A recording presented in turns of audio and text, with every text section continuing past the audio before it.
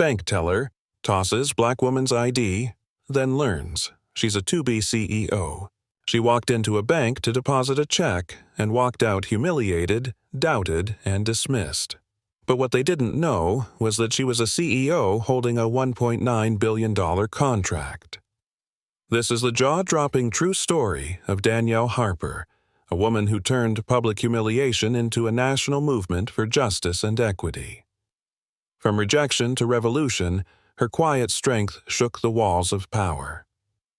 You won't believe how it ends. Where are you watching from? Let us know in the comments, and don't forget to subscribe for more powerful stories like this one. On a smoldering Thursday afternoon in downtown Charleston, the glass facade of Crescent Bay Trust shimmered like a mirror under the relentless southern sun. Inside, the cool, clinical silence of the lobby stood in stark contrast to the chaos of the city streets just outside.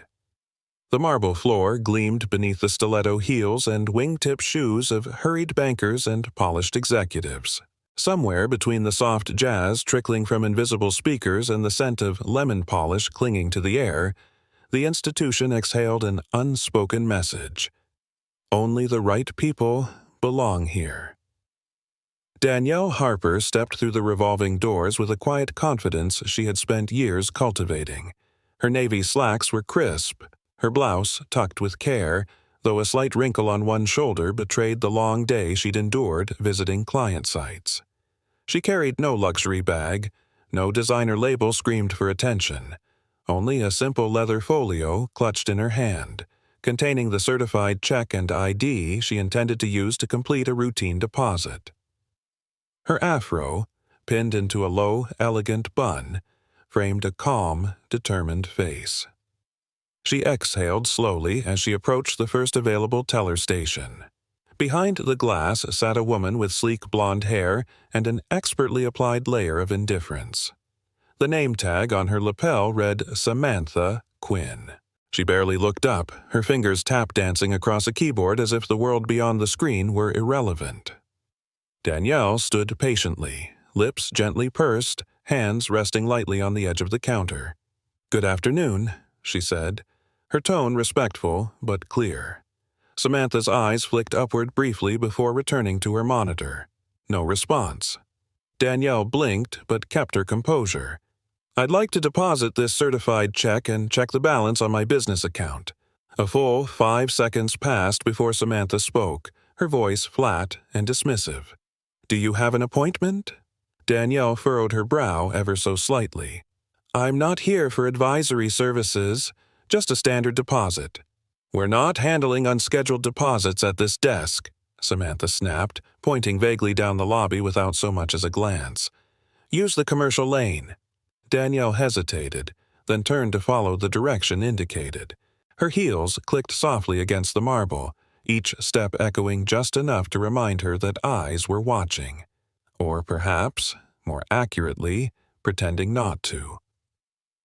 At the commercial lane, a red velvet rope divided the queue. There was only one customer ahead of her, an older white man in a charcoal suit, chatting amicably with the teller. Danielle waited, standing tall, adjusting the folio in her hand. When it was finally her turn, she approached and laid her documents on the counter. The same Samantha had somehow materialized behind this station as well. She stared at the ID, then the check, her expression curdling into suspicion. "What is this?" she asked, her voice sharp enough to cut glass. Danielle kept her voice steady. "It's a certified business check. All details are on the memo line. I'd like to deposit it into Harpertech's account." Samantha held the ID between two fingers, as if it were something unpleasant she'd found on the floor of her car. Her eyes narrowed. Then, in one deliberate, dismissive motion, she dropped the ID to the floor. It landed with a soft clack against the tile. The air left Danielle's lungs in a silent gasp. Not because of the violence of the act. There was none. It was how quiet it had been, how carefully rehearsed. The kind of cruelty that didn't bruise the body but went straight for the soul. Around her, no one said a word. Danielle bent down slowly, picking up her ID with grace and control. She looked up at Samantha, who now wore an expression of smug composure, not a trace of apology. In that moment, Danielle felt the weight of 100 rooms just like this one, the spaces where she had been underestimated, mistaken for an assistant, a courier, anything but who she was. But this time, the sting didn't sink into her skin. It set her resolve ablaze. She stood upright, shoulders back, chin lifted. "Is there a manager I can speak to?"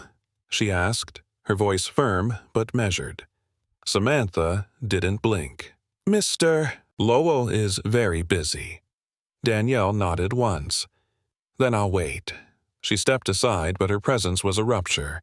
The hush around her thickened. The lobby continued its sterile performance, chandeliers gleaming, music playing, but something had shifted. 10 minutes passed, then 15. A tall man in a tailored gray suit emerged from a glass-walled office near the back. His stride was sharp, his expression tighter than his Windsor knot. Evan Lowell, the branch manager. He scanned the room with faint irritation until Samantha gave a subtle nod toward Danielle. Mr. Lowell approached with an air of businesslike detachment. "Miss Danielle Harper." He shook her hand like he didn't want to remember the name. "I understand you're having some issues." Danielle held out the check and ID again. "I'm simply trying to deposit a certified business check. Your teller refused and treated me with open hostility." Lowell barely glanced at the papers. "Well, we've had some suspicious activity lately. We're cautious. I hope you understand." Danielle raised an eyebrow. "Do I look suspicious to you, Mr. Lowell?"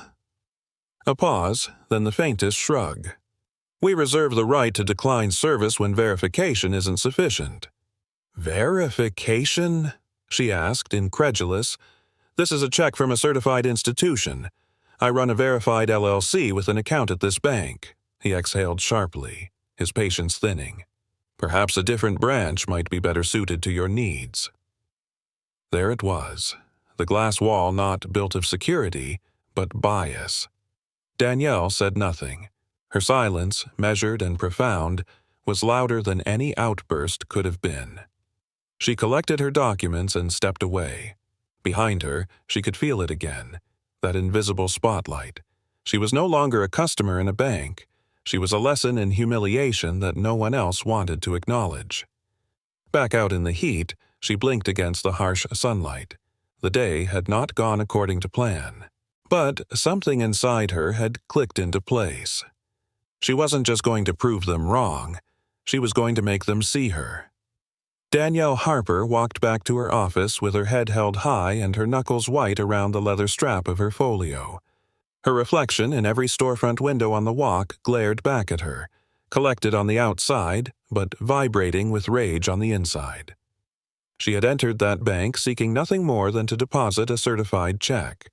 What she got instead was a crash course in silent contempt. Inside her modest but modern suite at Harper Tech Solutions, she paused just beyond the frosted glass door, letting it close behind her with a soft click. The small team in the open concept office didn't notice anything unusual. They were typing, laughing softly, focused on coding dashboards and product mock-ups. Danielle offered a tight smile and kept walking until she reached her private office. Once inside, she shut the door, drew the blinds, and exhaled. She stared at the check in her hand, still pristine, printed on crisp paper with embossed markings, issued by one of the most reputable tech partners in the Southeast. The amount was large, yes, but not unusual for Harper Tech's contracts. It was, in every sense, a standard transaction, except that it hadn't been treated that way. She dropped into her leather chair, the hum of the city barely muffled by the double-paned windows behind her, and let her mind drift to every time someone had called her Miss instead of Ma'am, or Sweetheart instead of CEO. Every moment she had smiled past a slight, every smirk she'd brushed off as harmless. But this time, it wasn't harmless. It was humiliating, calculated, and it echoed with the weight of something deeper, something systemic. Danielle opened her laptop. Within moments, she had pulled up the current partnership agreement between Harper Tech and Crescent Bay Trust. Her fingers hovered above the keyboard, then moved with surgical precision. She reviewed the contract clauses, capital transfer terms, technology consulting scopes, and, most notably, the clause that highlighted a pending joint innovation fund. That deal alone was worth nearly $1.9 billion. The ink had dried just 3 weeks ago. The very bank that had treated her like an intruder now depended on her company to launch one of its most ambitious modernization projects. A quiet fire lit behind Danielle's eyes. She pulled up a folder titled Board Signatories and scanned the list.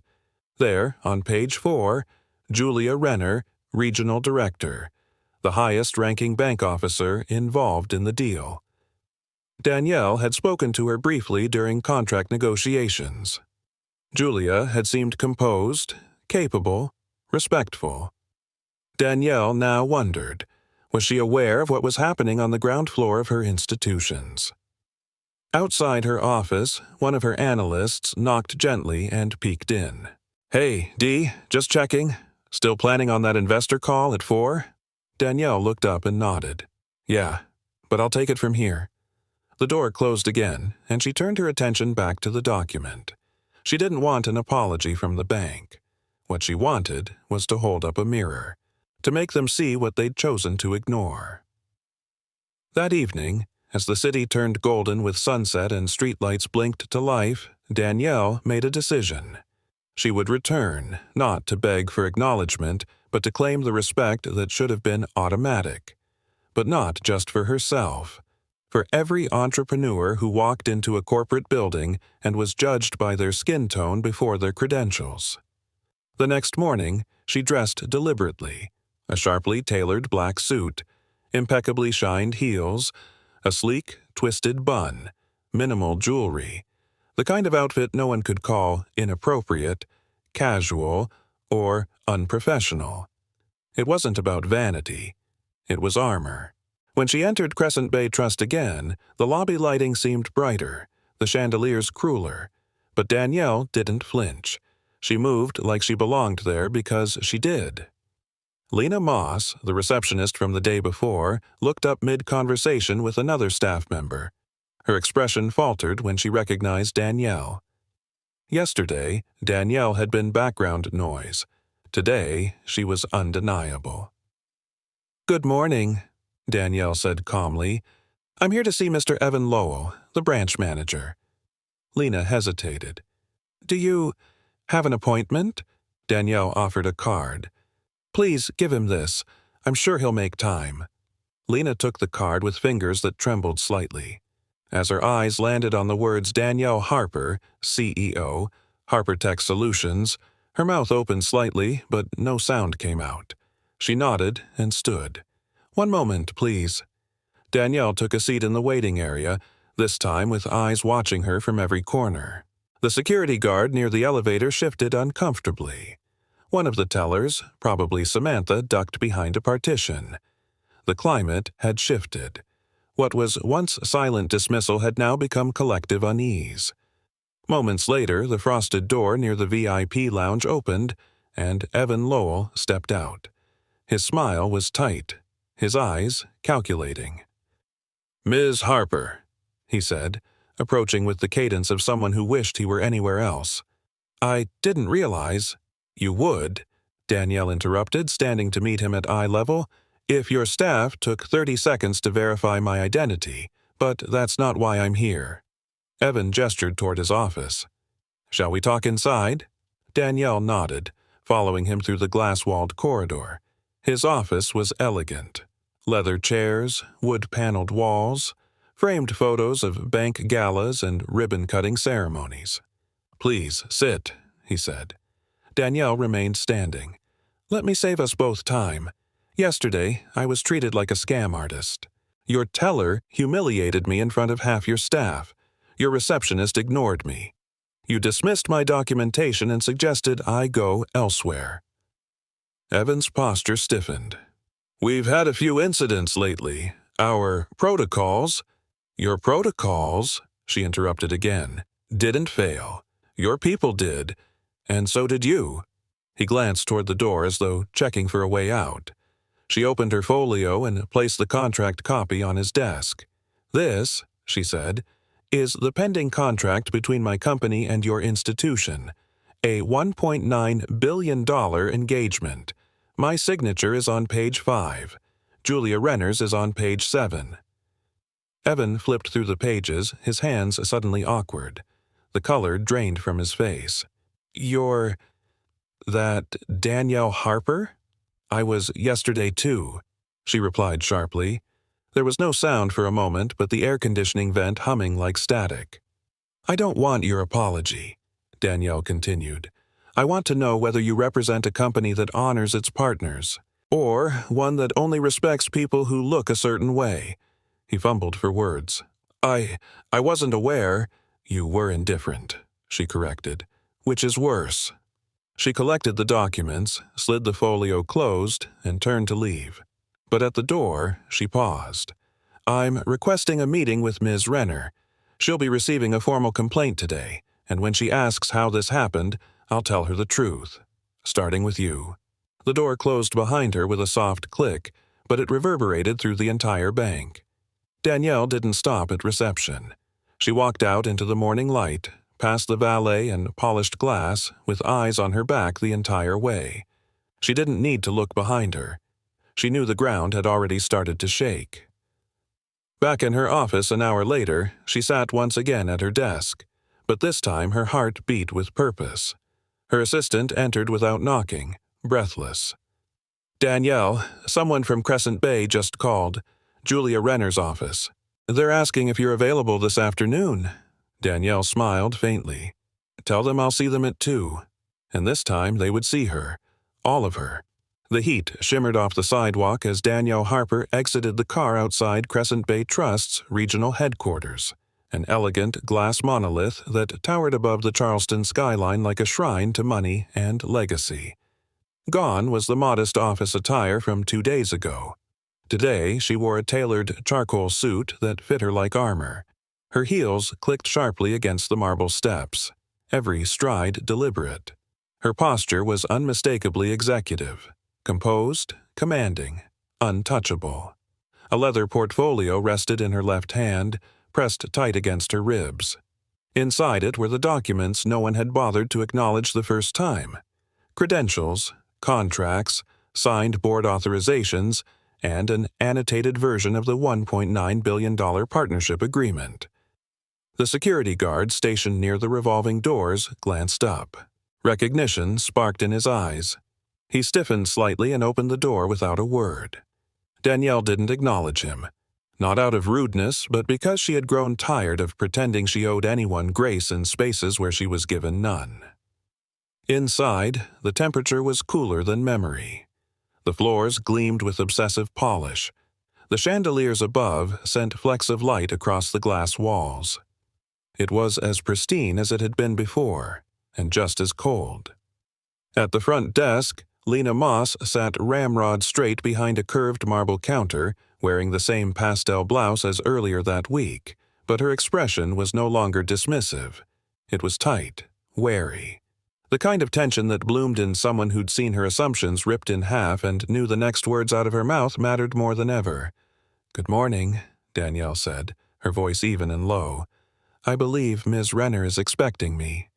Lena blinked once, lips parting. "Yes, of course. Right this way." She rose so quickly her rolling chair squeaked. Danielle followed her through a security turnstile and down a long hallway lined with framed press clippings and plaques celebrating community partnerships. It was galling. How many of the people those initiatives were supposed to empower had probably faced the same disdain she had. At the end of the hall, Lena paused before an oak door and knocked softly. "Come in," a voice answered from within. Lena opened the door and stepped aside. "Ms. Renner? Miss Harper is here."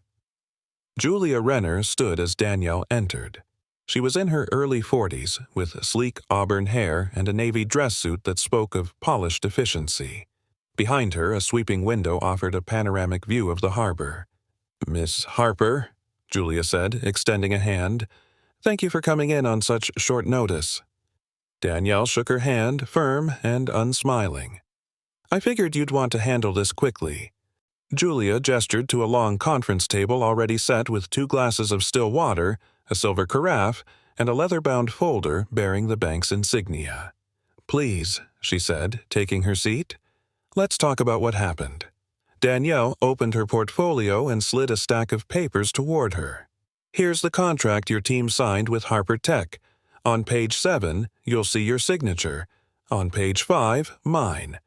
What happened at your downtown branch wasn't just disrespectful, it was a breach of trust between strategic partners. Your institution depends on mine to deliver digital infrastructure across 3 states, but your frontline employees treated me like I was trying to rob the place." Julia didn't interrupt. Her eyes scanned the paperwork, but her face revealed little. When she looked up again, there was something deeper behind her gaze. Less defense, more calculation. "I've read the reports," she said, "and I've seen the footage. What you experienced is unacceptable." Danielle arched an eyebrow. "Unacceptable is a word you use when someone forgets your birthday.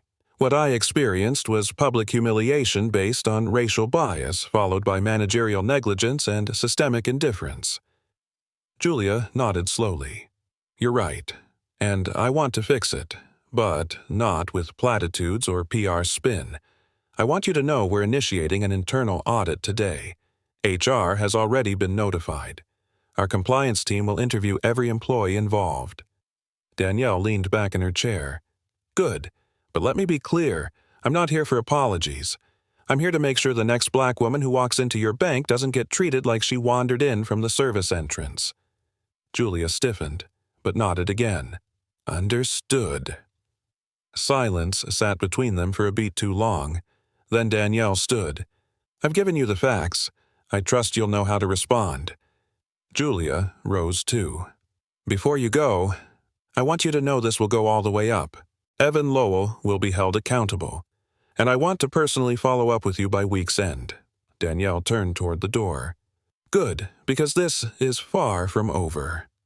As she exited, she passed Lena, who had resumed her post at the front desk. Lena opened her mouth slightly as if to say something, but Danielle didn't slow down. She was done with polite pauses.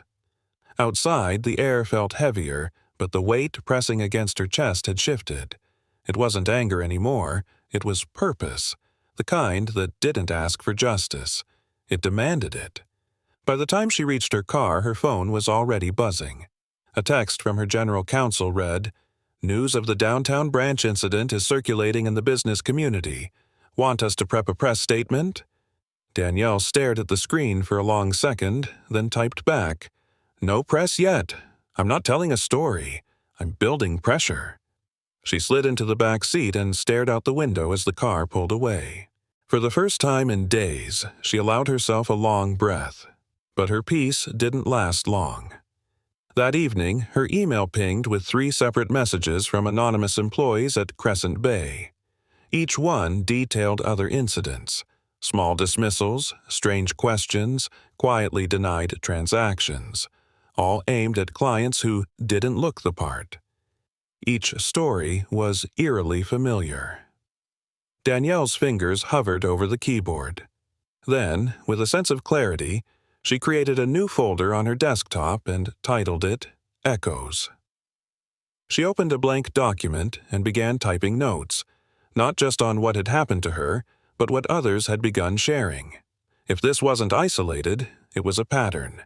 And if it was a pattern, she would expose it. By midnight, she had assembled a 30-page report detailing each account, complete with timestamps, staff names, and links to social media profiles that had quietly echoed the culture of exclusion. The next morning, she sent it all to Julia Renner, to the bank's legal counsel, and to the board chair of Crescent Bay's national office.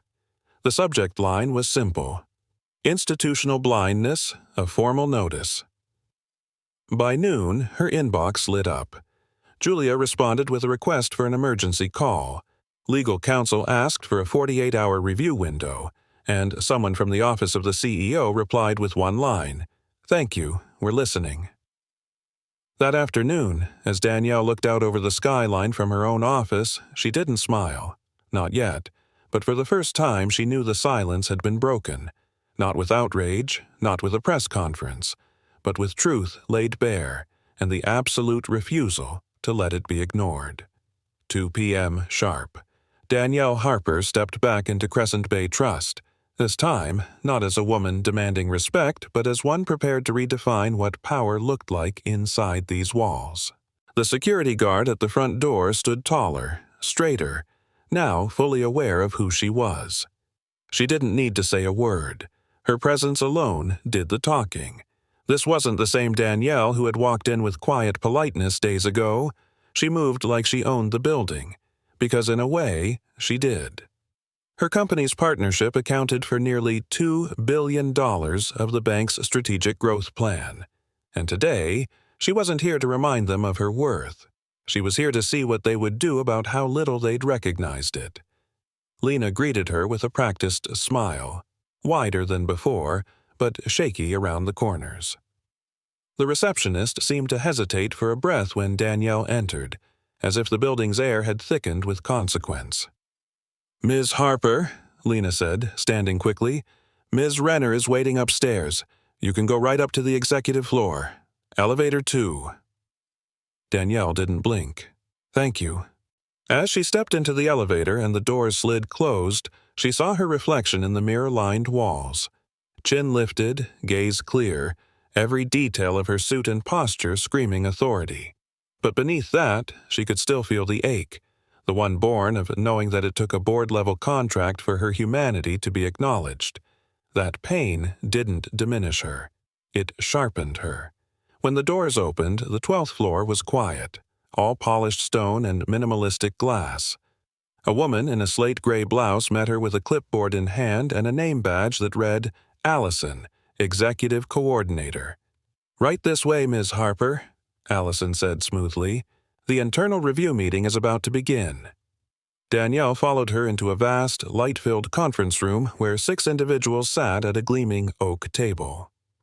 Julia Renner was at the head, flanked by Crescent Bay's head of compliance, chief legal officer, and a few key executives.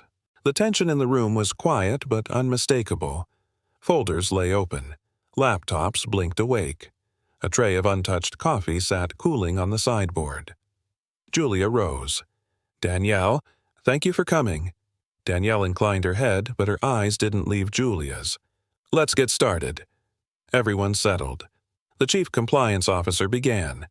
"After reviewing the footage, audio, and documentation provided by Ms. Harper and cross-referencing it with internal reports, we've identified serious violations of our customer conduct policy, implicit bias guidelines, and front office escalation protocols."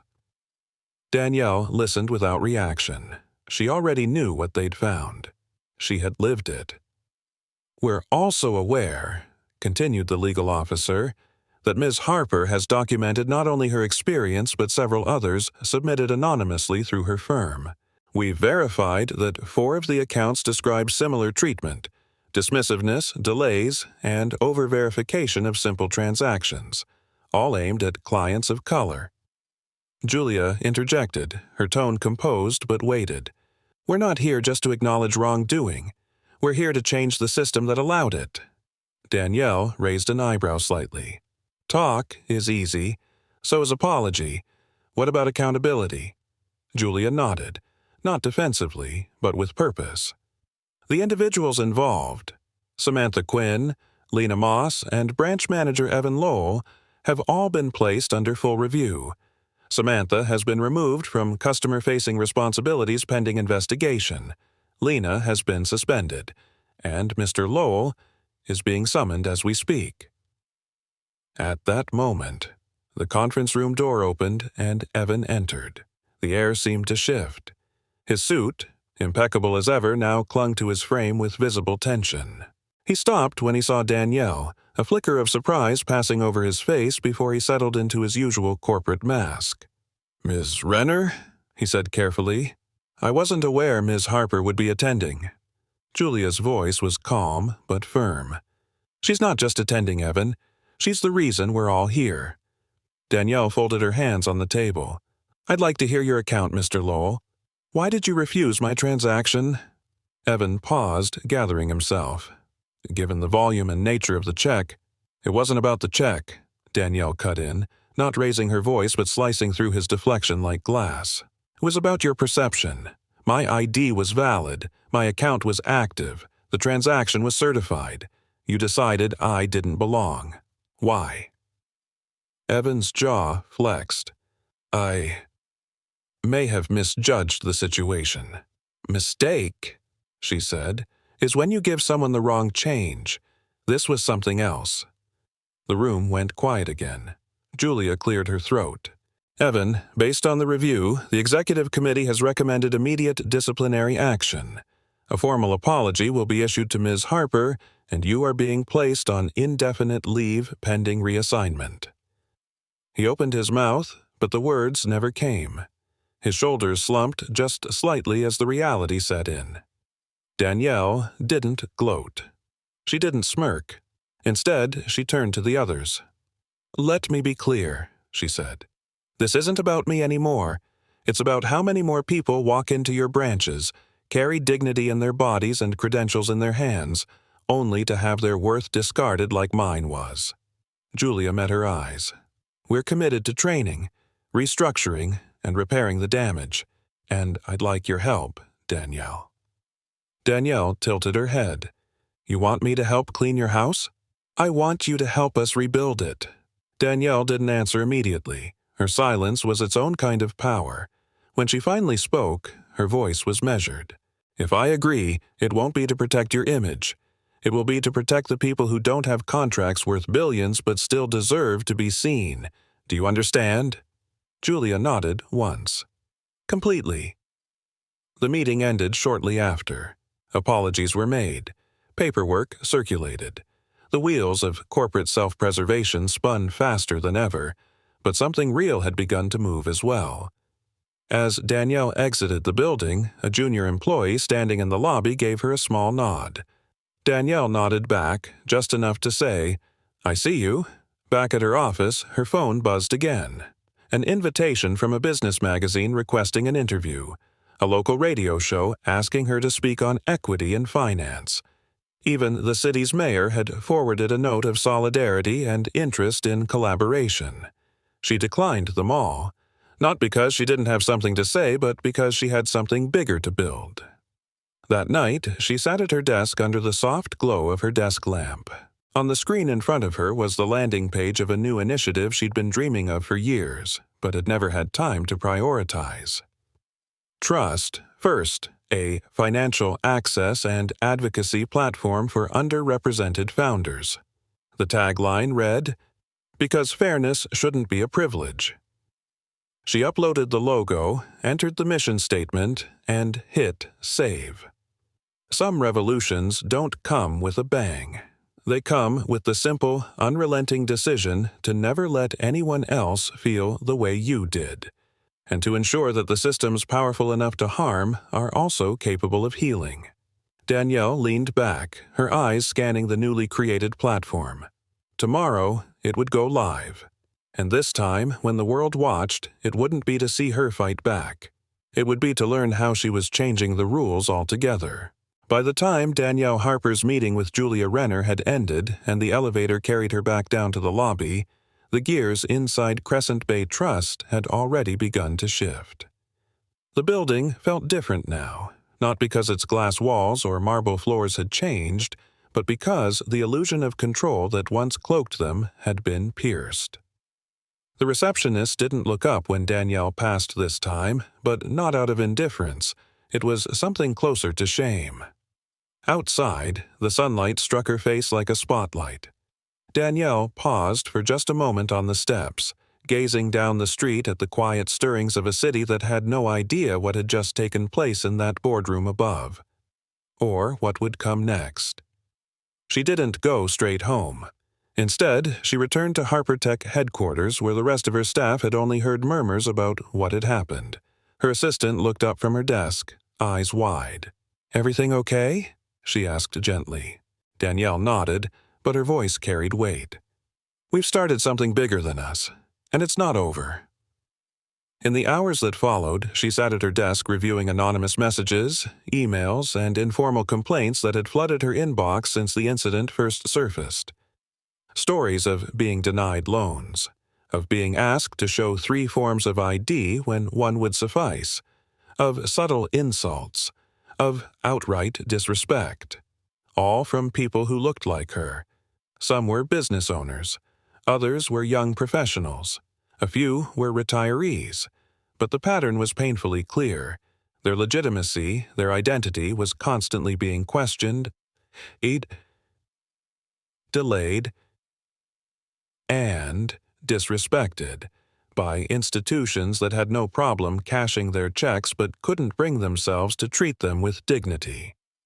Danielle began compiling a dossier, names redacted for safety, notes carefully organized by bank branch, year, and description.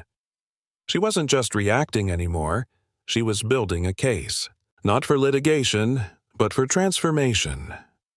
Meanwhile, inside Crescent Bay Trust, the consequences of Danielle's actions began unfolding with startling speed. The internal review, ordered by Julia Renner, expanded from a localized inquiry to a full-blown audit across all 5 branches in the region. Employees were quietly called into HR one by one. Samantha Quinn, the teller who had dropped Danielle's ID with disdain, was summoned to the compliance office early that week. She entered with her usual stiff posture, but her confidence had already begun to crack. The footage they played left no room for interpretation.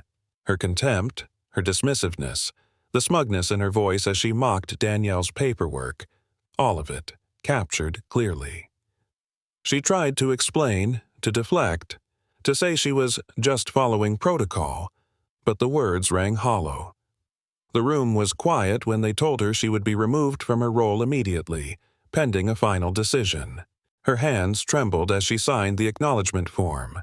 For the first time, the rules that had once insulated her now turned cold and impartial.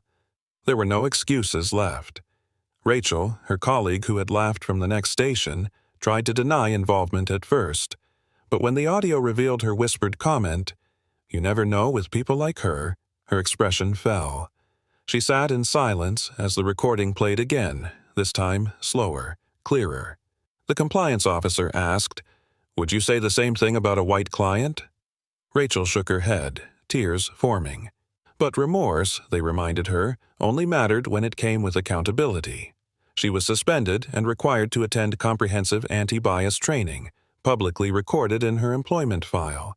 It would follow her now, wherever she worked. Lena, the receptionist, had fewer defenses. She admitted she had ignored Danielle deliberately, assuming she wasn't a client of importance. She confessed she had judged her by her clothes, her demeanor. She admitted she thought, just for a moment, that Danielle didn't belong, that honesty didn't save her job. Under mounting pressure, Lena submitted her resignation quietly and walked away from her desk for the last time. But the most uncomfortable reckoning belonged to Evan Lowell. His reputation as a dependable, no-nonsense branch manager had protected him for years. He was the type who quoted policy before people, who valued discretion over confrontation. But the board found no comfort in that now. The recordings and written accounts painted a portrait not just of a man who had made a mistake, but of someone who had willfully ignored his responsibility to protect every client equally. When Evan was called before the executive review panel, he sat stiffly, the collar of his shirt damp with sweat. His jaw remained locked as the panelists read excerpts from Danielle's testimony and recited policy violations line by line. "Do you understand," one board member asked, "that your failure to act respectfully toward Ms. Harper not only endangered our business relationship with a strategic partner, but also exposed our institution's vulnerability to systemic bias?" Evan said nothing for a long time. When he finally spoke, his voice was thin. "I didn't see it that way." "That's the problem," came the answer. Evan was stripped of his managerial title and reassigned to an administrative role far from customer-facing interactions. He would no longer lead teams. He would no longer be seen as the face of Crescent Bay Trust in Charleston. And, for the first time, he realized just how costly silence could be. Danielle watched these events unfold, not with vengeance in her heart, but with a quiet, steel-edged resolve. She had no interest in celebrating anyone's downfall. What she wanted was proof that the system had enough moral backbone to hold itself accountable. And yet, amid the firings and suspensions, something else began to bloom. Something unexpected. A few days after Samantha's termination, Danielle received an anonymous email. The subject line read, "I never saw it until now." The message was brief but sincere. "You didn't deserve what I did to you. I see it now. I wish I had seen it sooner." Another message came from a former employee of the bank, who said he'd left because he couldn't stomach how minority clients were treated. He wrote, "Watching what you did made me believe change is possible. I want to help however I can." Danielle forwarded that message to Julia Renner. It was the beginning of something larger than either of them could have predicted. Julia, to her credit, did not disappear behind legal teams or corporate spin. She showed up, in every internal meeting, in every employee briefing. She called for a town hall where every member of the regional staff was asked to attend. She stood on stage and admitted, "We failed. Not once, not in isolation, but structurally, and it stops now." She outlined the new initiatives: mandatory equity training, anonymous incident reporting tools, biannual audits of customer service interactions across demographic lines. A new position, Director of Inclusive Practices, would be created and reported directly to Julia herself. The room was silent. Then, slowly, people began to clap. Outside the glass windows of that meeting room, the sun glinted off Charleston's harbor, but inside, something warmer began to shine. It wasn't resolution, it wasn't redemption, it was responsibility. Meanwhile, Danielle quietly launched the first digital prototype of Trust First, her advocacy and access platform for underrepresented founders. Word spread quickly, through forums, newsletters, and the same informal networks that once warned people who to avoid. Now, they whispered about something to trust. Within a week, she received inquiries from other banks. Startups, Black-owned accounting firms, immigrant-owned grocers, female-led investment groups. The question was the same: how can we be part of this? And Danielle answered each one, not as a victim reclaiming voice, but as a leader setting the terms. By the time the weekend came, Danielle stood in front of a wall-to-wall whiteboard in her office, now crowded with sticky notes and scribbled strategies. Her staff stood in a circle around her, wide-eyed, inspired, exhausted. "This," she said, gesturing to the board, "isn't about one bank. This is about every gatekeeper who thinks they can decide someone's worth based on a glance." She smiled. "We're not asking anymore." And just like that, the fight Danielle never wanted became the legacy she never expected. The Monday after the internal reckoning at Crescent Bay Trust, Danielle Harper arrived at HarperTech's office before sunrise. The city outside was still wrapped in shadows, traffic lights blinking against empty streets. But her mind was already racing. She didn't feel victorious, at least not in the way others might have expected. The dismissals, the suspensions, the reassignments at the bank, those weren't her goals, they were consequences. What she wanted wasn't retribution. What she needed was resilience, built into the bones of something new. She stood in the center of the conference room, now repurposed into a startup lab, and stared at the large whiteboard where two words had been boldly written: Trust First. The name had come to her late one night, after reading yet another story from a young woman denied a loan because her business model lacked maturity, even though she had more data and financials than any male-led applicant in the room. Danielle had spent the entire evening rereading messages, some angry, some heartbroken, most of them quietly exhausted. They weren't just recounting incidents. They were whispering the same aching question: who do you become when the system never trusts you first? That was where the idea began.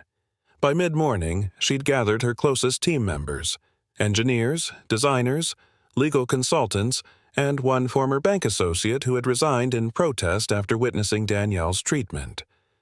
They formed a circle, coffee cups in hand, and Danielle spoke without preamble. "We're not building an app," she said. "We're building armor, access, answers, a place where someone can walk in and be treated like they matter before they prove they do." There was silence, then nods. One by one, laptops opened. Sketches began. Notes filled screens. Trust first was born, not out of ambition, but necessity. The platform, at its core, would serve three purposes: verification without humiliation, allowing entrepreneurs to pre-qualify for services through a fair, data-driven process free of biased gatekeeping; financial education with cultural competency; curated workshops led by people who understood the specific struggles of women, minorities, immigrants, and first-time founders; accountability mapping, a digital space for users to rate and report discriminatory service discreetly but powerfully; creating a map of safe and unsafe institutions in real time. Danielle's vision wasn't just reactive, it was a blueprint for self-respect. News of the initiative began to spread faster than expected. At first, it was whispers, through Slack groups for Black founders, in local entrepreneur meetups, via private DMs from mid-level banking employees who had quietly cheered her actions from within. But then came the surge. A podcast hosted by two Black venture capitalists did a segment titled "From Dismissed to Disruptor: The Danielle Harper Story." The episode went viral. Then Forbes called asking for a profile piece. Danielle declined the interview but agreed to send a written statement. It read, in part, "I'm not interested in being a headline. I'm interested in making sure that 5 years from now, a young Black woman doesn't have to go through what I did just to deposit a check." Soon after, a Latina entrepreneur named Camila Reyes reached out from Houston. Her email was short but powerful. "I was rejected for a commercial loan 3 times. They said I wasn't executive enough. Your story cracked something open. I want in. How can I help?" Camila flew in that weekend. By Monday, she was helping Danielle draft bilingual onboarding documents for Trust First. Within weeks, Danielle had expanded her pilot team to include 10 women: Black, Latina, Asian American, Indigenous, all with backgrounds in finance, law, or tech. They didn't need training in empathy. They came with it baked into their DNA. Meanwhile, Danielle herself began leading sessions. Small, focused, private. She sat in folding chairs across from young people who'd nearly given up. She listened as they told stories not unlike her own. A 24-year-old software developer said his startup pitch was laughed out of the room when investors learned he came from a low-income neighborhood. A single mother of 2 described crying in her car after a banker told her she looked like she needed budgeting help, not a loan. An older man who had fought in 2 wars said that after his accent gave him away as Haitian, a financial advisor asked if he had a real sponsor. Danielle didn't just nod. She told them her story. Not the press version, but the real one. The sick feeling in her stomach when her ID was dropped. The silence when she looked around that bank lobby and realized no one cared. And then she said the words that stitched them all together. "This isn't about how they see us. It's about how we refuse to disappear." Momentum grew. Fast. Danielle funded the first phase of Trust First herself, but soon other sources began calling. Quietly at first, then urgently. Black-led venture groups. Women's investment collectives. Even a few executives inside Crescent Bay, desperate to align themselves with the reform Danielle was building. Danielle was clear. She wouldn't allow investors who wanted to profit off her pain. They needed to prove their commitment, through transparency, through hiring, through reparative action. One afternoon, as Danielle prepared for another workshop, she received an unexpected envelope. No branding, no signature. Inside was a handwritten letter from Samantha Quinn. It read, simply, "I don't expect forgiveness, but I needed you to know. I've joined a nonprofit that helps underserved communities apply for loans. Every time I walk someone through the process, I think about that day. I'm trying to do better, because you made me see what I didn't want to." Danielle stared at the letter for a long time, then folded it and placed it inside a drawer, not out of bitterness, but because the impact was already done. The lesson had landed. Soon after, she received a message from Rachel, the former teller who had laughed along with Samantha. This one wasn't an apology. It was a question. "Would you ever allow me to contribute to Trust First? I'm taking accountability classes. I want to help." Danielle replied with 2 lines. "Change is hard, but it's possible. Show me who you are now, not who you were." At the end of the month, Trust First held its first community showcase.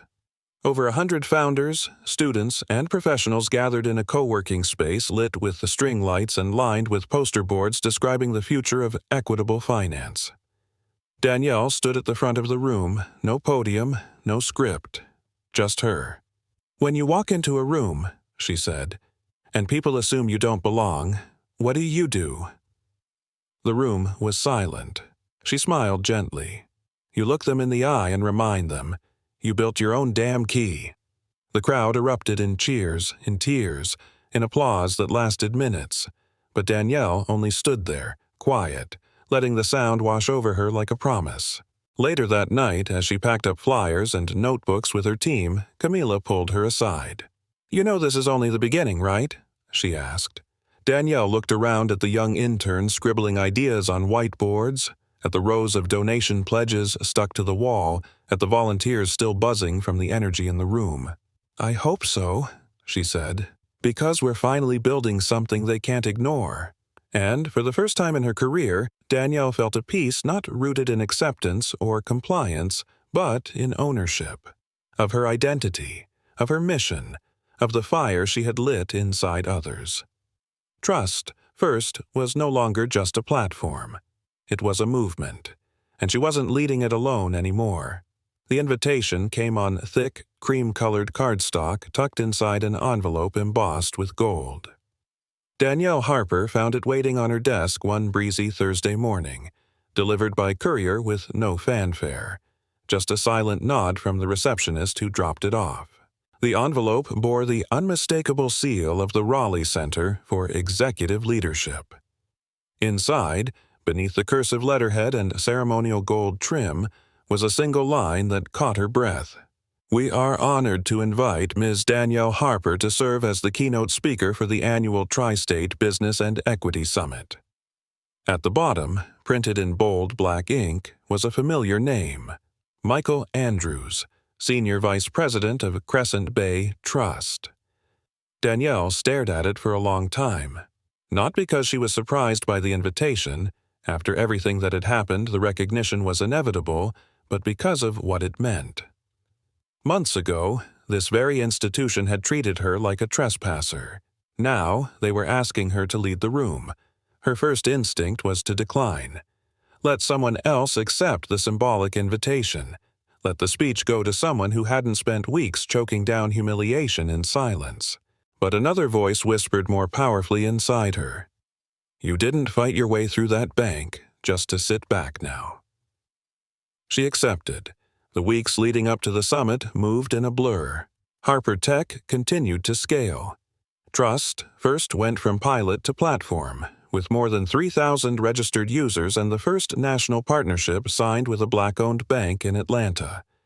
Every day brought new emails, new thank you letters, new stories from people who had finally been seen, finally been served. But nothing could stop the steady beat in the back of Danielle's mind as the summit drew near, the faces she was about to confront. The same ones who once questioned her existence would now have to listen. The ballroom at the Raleigh Center Hotel was opulent. Crystal chandeliers sparkled above rows of white linen-covered tables, each place setting perfectly aligned, each centerpiece a controlled burst of fresh-cut lilies and orchids. The guest list read like a who's who of finance, tech, law, and enterprise. CEOs, investment officers, nonprofit leaders, and city officials all gathered beneath one roof. The hum of pre-speech chatter buzzed like static in the air. Danielle stood just beyond the heavy curtain separating the stage from the crowd. She could hear the MC introducing her.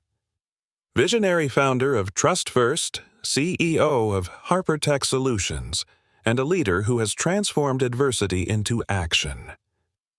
She took one deep breath, then another, then she stepped forward. The applause was immediate, polite, professional. But as she crossed the stage, her gaze moved through the audience and she saw them. Michael Andrews, seated in the front row, hands folded, his expression solemn but open. Next to him, Julia Renner, nodding slowly as if remembering every word of their first confrontation. 3 seats over sat Evan Lowell, no longer in a crisp managerial suit but something far more understated. His face was unreadable, and farther back, almost obscured by the crowd, Danielle caught sight of Samantha Quinn. Her hair shorter now, her posture smaller, her eyes fixed on Danielle like she was witnessing something she'd never quite believed possible. Danielle stepped to the podium, adjusted the mic, then paused. Silence spread slowly across the room like fog.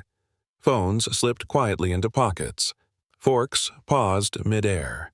For a long breath, no one moved. Then Danielle spoke. "I'm not here to retell what happened," she began, her voice clear but calm. "If you're in this room, you already know. You've read the articles, you've heard the interviews, and if we're being honest, some of you have probably rehearsed your own version of it, privately, defensively, wondering whether it was really about race or professionalism or just a misunderstanding." A quiet rustle moved through the crowd. Danielle let it happen. She wanted discomfort. Not cruelty, but awareness. "I'm not here to make you feel bad," she continued. "I'm here to ask a question." She stepped away from the podium slightly, letting her voice carry across the velvet-draped room. What would happen, what could happen, if we trusted someone the moment they told us who they are? Not after they prove it, not after they sign a contract or earn a title, but from the first moment they walk in the door. There was no response, but that silence now held meaning. Reflection. Guilt. Recognition. Danielle nodded softly. "I know what it feels like to be doubted on sight. I know what it's like to be told, without a word, you don't belong here.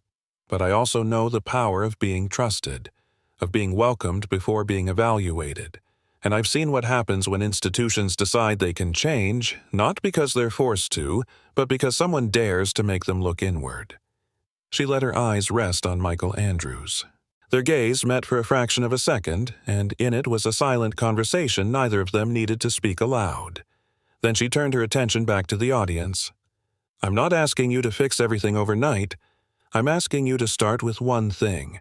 The next time someone walks into your office, your bank, your boardroom, and they don't look like your usual partner, don't audit their worth before you even hear their name. Trust first, and see what grows from there." The applause didn't come immediately, but when it did, it started softly, then built. By the time Danielle stepped off the stage, the ballroom had erupted. The sound was not just approval, it was permission. To feel, to shift, to try again. As Danielle made her way off stage, Michael stood waiting. He reached out, his voice quiet but steady. "You changed this place, Danielle," he said. "You changed me. I hope you know that." Danielle offered a small, measured smile. "We all have the power to change, Michael. The question is whether we're brave enough to begin." Behind him, Julia approached. "Would you consider joining our new Equity Advisory Council?" she asked. "We'd like you to shape the training we're rolling out nationwide." Danielle nodded slowly. "I'll think about it, but only if there's room for more voices. This isn't about me anymore." As she turned to leave, she passed Samantha. The former teller stepped forward, hesitant, eyes full of unshed emotion. "Miss Harper," she said, voice trembling, "I don't expect anything. I just needed to say, I'm listening now." Danielle paused. Her gaze softened. "Good," she said. "Keep listening, and then act." She exited the ballroom as the crowd slowly filtered out behind her. The hallway was wide and echoing, and for a moment she walked it alone, heels clicking softly, her heart light but grounded. She didn't need validation. She had planted seeds, and the ripple of her presence, what it had sparked in that room, would stretch far beyond the chandeliers and business cards. Outside, the air was crisp, the sunset casting amber light across the plaza. Danielle stood for a moment, breathing it in. Then her phone buzzed. A message from Camilla Reyes popped up. "Trust. First just hit 5,000 users. People are saying this is the beginning of something big." Danielle smiled, typed one sentence back. "It's not the beginning anymore. It's the blueprint." And with that, she tucked her phone away, stepped off the curb, and walked into the evening not as a keynote speaker, but as a quiet revolution still unfolding. The applause had faded, the ballroom had emptied, and the city lights outside blinked like a quiet choir in the night. But even as the summit ended, the ripple it caused had just begun to stretch. Danielle Harper stood by the large hotel window on the top floor, looking down at the busy Raleigh streets. Beneath her, a world spun on, unaware of the subtle shift that had occurred inside a room filled with power brokers and policy shapers. She didn't feel triumphant. She felt purposeful, grounded. In the days following her keynote, Danielle's inbox overflowed. Not with media requests or hollow praise, but with messages that mattered. Some were from community leaders, offering to pilot Trust First in their neighborhoods. Others were from anonymous employees inside banks and corporations across the country, admitting they had seen discrimination happen on their watch and hadn't known how to stop it. But some messages stood out more than others. One came from Thomas Kent, the former branch manager who had denied Danielle's check with cold efficiency and casual prejudice. The subject line was simple: a heartfelt apology. Her cursor hovered over the email for a moment before she opened it. "Dear Ms. Harper, I don't expect forgiveness, but I need to tell you something. What happened that day wasn't just a failure of leadership. It was a failure of character. Mine. I saw you, and I made a judgment before I ever listened. That choice has haunted me. I've been reassigned to a lower post, and in that space, without titles, without power, I've come face to face with the man I was. And he's not someone I respect. I'm spending the rest of my professional life learning how to unlearn everything that taught me to ignore, doubt, or diminish people like you. You opened my eyes. Thank you." Thomas. Danielle closed the laptop slowly. She didn't cry. She didn't even smile, but something loosened in her chest. She had never asked for apologies, but the ones that came like this, real and raw, carried weight. They meant something. The next day, a handwritten letter arrived by post. The return address was unfamiliar, but the handwriting was neat and careful. It was from Lena Moss. "Ms. Harper, I've thought about what I did every day since. I treated you like you were invisible. Worse, I treated you like your presence was an inconvenience. That moment has become a mirror I can't look away from. Since resigning, I've started working at a community center that supports young women of color entering the workforce. Every resume I review, every interview I help prepare, I do it remembering your name. I will carry that memory with me, always. Thank you for being stronger than my silence." Danielle folded the letter and placed it gently beside Thomas's email. These weren't redemption stories. They were reminders of what can bloom from truth told boldly. Meanwhile, the impact of trust first surged far beyond what she had imagined, not because of marketing, but because of meaning. Word spread through universities, Black business networks, LGBTQ+ entrepreneur circles, immigrant-owned business coalitions. People began sharing their stories on social media. Screenshots of successful loan approvals, mentorship connections made through the platform, grant funding they'd secured with Trust First's guidance. Some users began calling themselves trust builders, not officially affiliated but emotionally invested. They launched local chapters, hosted meetups, shared tutorials. What had started as a platform became a community movement. And still, Danielle stayed out of the spotlight. She declined every invitation to appear on television, to give interviews to glossy magazines. She let her work speak. Because the story didn't need to be about her, it needed to belong to everyone who had ever been doubted on sight. Then, something unexpected happened. Crescent Bay Trust reached out, not with a marketing pitch, but with a proposition. Under Michael Andrews's leadership, they had launched their own internal reform program, modeled after Danielle's recommendations. They'd enacted a zero-tolerance policy for discriminatory behavior, implemented blind review processes for all applications, and partnered with diversity trainers who were once grassroots organizers, not corporate consultants. And in a move Danielle hadn't anticipated, they requested permission to officially integrate Trust First into their onboarding process for small business clients. Danielle sat with the request for 3 days. She didn't trust easily, but she also believed people, institutions, could change if they did the hard work. And Crescent Bay, she had to admit, had done more than perform. They had restructured. She said yes. The rollout was cautious but well received. New clients now received optional access to Trust First upon account setup. Bank employees attended joint sessions led by Danielle's team. The culture inside Crescent Bay began to shift, not because of policy, but because of constant pressure, lived experience, and humility. But for Danielle, the most profound moment came weeks later, during the first graduation ceremony of Trust First's mentorship program. They held it in a modest downtown theater with folding chairs and a hand-painted banner that read, "You were always enough." The air buzzed with nervous excitement as nearly 100 graduates, women, men, non-binary entrepreneurs, gathered with friends and family to celebrate completing the 6-month program. Danielle stood backstage, watching the audience fill. One graduate, a young woman named Kesha, had once written in her application, "I've never walked into a bank without flinching. I want to stop flinching." Now, she stood at the microphone, strong and composed, her voice clear. "I used to believe that institutions were built to keep people like me out, but I've learned we can build our own and invite others in." Danielle felt her throat tighten. She blinked, steadying herself. After the graduates received their certificates, Danielle was invited to speak. She walked slowly to the front, not with the grandeur of a CEO, but with the reverence of someone carrying 1,000 invisible stories on her back.